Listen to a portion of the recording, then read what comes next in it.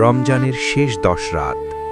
এই সময়টা এমন একটি সময় যখন লক্ষ লক্ষ মানুষ ঘুমিয়ে থাকে, কিন্তু কিছু মানুষ মসজিদের নীরব কোণে বসে থাকে। তারা দুনিয়ার সব ব্যস্ততা ছেড়ে দিয়েছে। ফোন নেই, ব্যবসা নেই, কোনো সামাজিক জীবন নেই।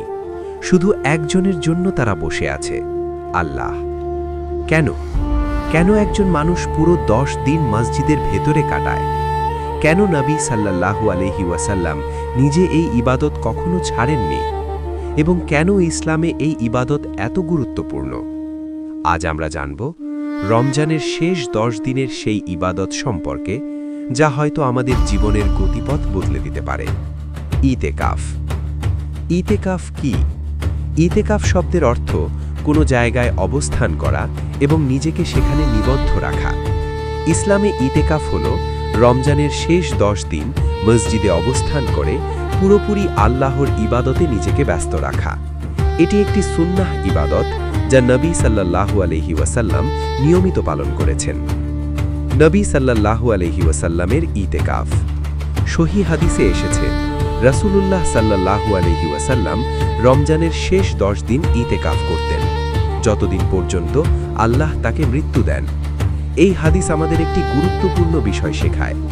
নবী সাল্লাল্লাহু আলাইহি ওয়াসাল্লাম জীবনের শেষ পর্যন্ত এই ইবাদত কখনো ছাড়েননি। ইতেকাফের প্রধান উদ্দেশ্য।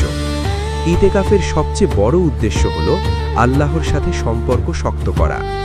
রমজান এমন একটি মাস যখন মানুষের হৃদয় নরম হয়ে যায়, আর শেষ 10 দিন হল রমজানের সবচেয়ে গুরুত্বপূর্ণ সময়, কারণ এই সময়েই রয়েছে লাইলাতুল কদর। আল্লাহ তাআলা বলেন, নিশ্চয়ই আমি কুরআন নাজিল করেছি লাইলাতুল কদরের রাতে। আর তুমি কি জানো লাইলাতুল কদর কি? লাইলাতুল কদর 1000 মাসের চেয়েও উত্তম। এই আয়াত আমাদের জানিয়ে দেয় এই রাতের ইবাদতের মূল্য 83 বছরের ইবাদতের থেকেও বেশি। আর এজন্যই নবী সাল্লাল্লাহু আলাইহি ওয়াসাল্লাম এই রাত খোঁজার জন্য ইতেকাফ করতেন। শেষ 10 রাতের গুরুত্ব। সহিহ বুখারীতে এসেছে, রমজানের শেষ 10 রাত শুরু হলে নবী সাল্লাল্লাহু আলাইহি ওয়াসাল্লাম রাত জাগতেন, পরিবারকে জাগাতেন এবং ইবাদতে বেশি মনোযোগ দিতেন। এটি দেখায় শেষ 10 রাত রমজানের সবচেয়ে মূল্যবান সময়। ইতেকাফ কোথায় করা হয়? ইতেকাফ করা হয় মসজিদে, কারণ আল্লাহ তাআলা বলেন, তোমরা মসজিদে ইতেকাফ অবস্থায় থাকলে স্ত্রীদের সাথে মিলিত হইও না। এই আয়াত প্রমাণ করে ইতেকাফের স্থান হল মসজিদ। সাহাবাগণও এই সুন্নাহ অনুসরণ করতেন। তারা রমজানের শেষ 10 দিন মসজিদে অবস্থান করতেন।